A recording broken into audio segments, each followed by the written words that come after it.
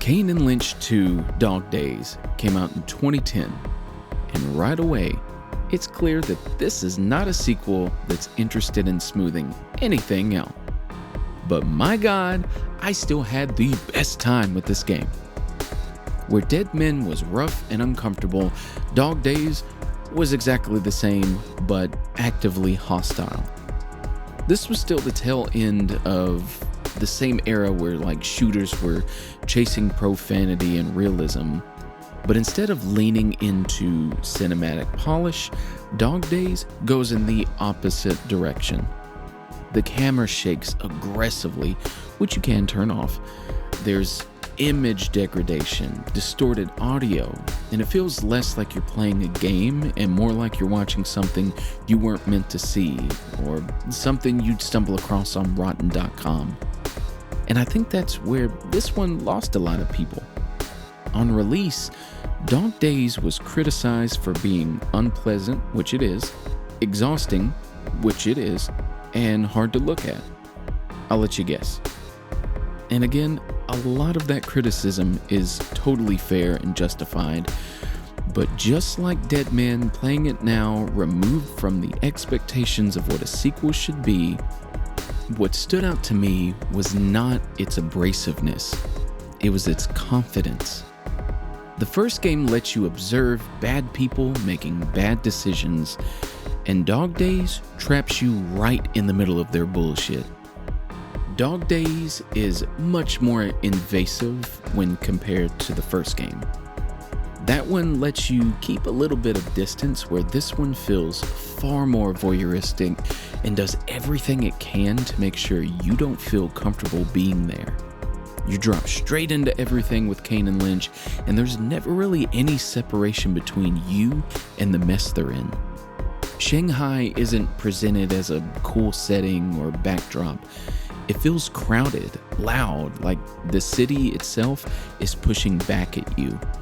You can feel the criminal underbelly in every corner, and there's a stretch early on where a deal goes bad during a traffic jam on an overpass, and then everything just starts collapsing from there.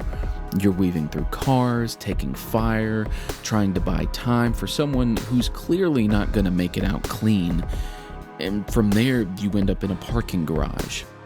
And even when things slow down for a moment right there, it never feels safe.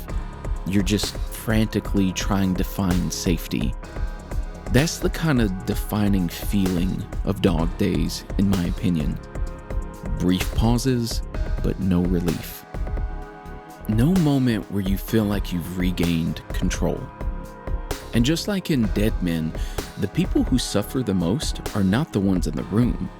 It's innocent bystanders that don't last long, and good intentions don't count for much. If anything, Dog Days feels more honest about that than the first one.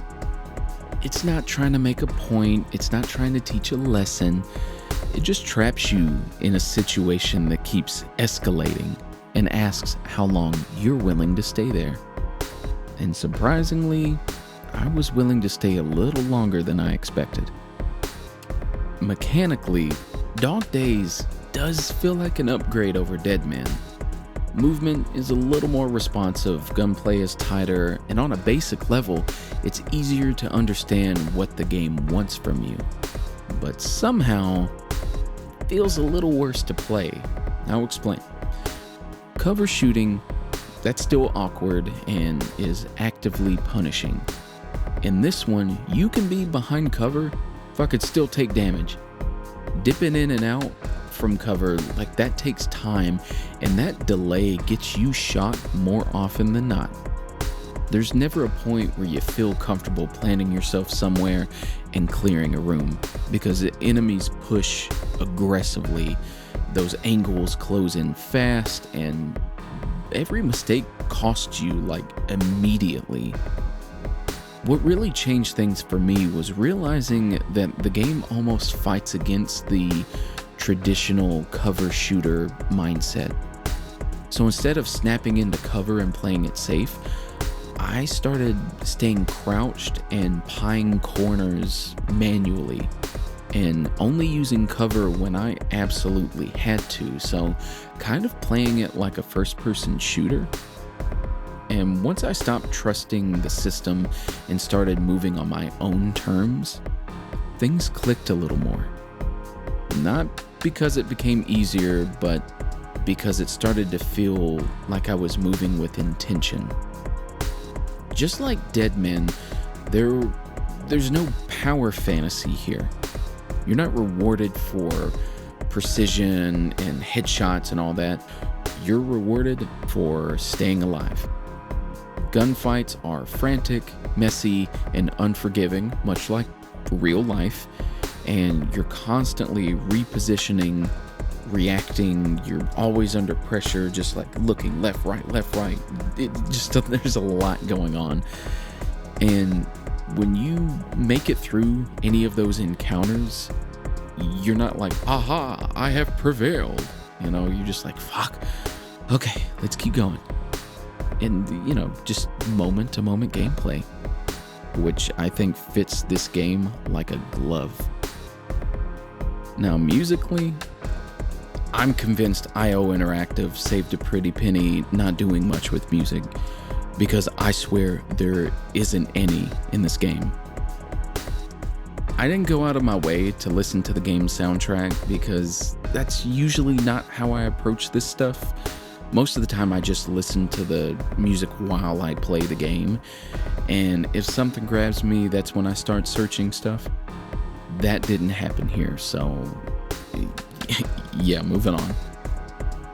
To close this one out, Kane Lynch 2, just like its predecessor, is a flawed, abrasive, and overall exhausting game, and I had the best time with it because of that.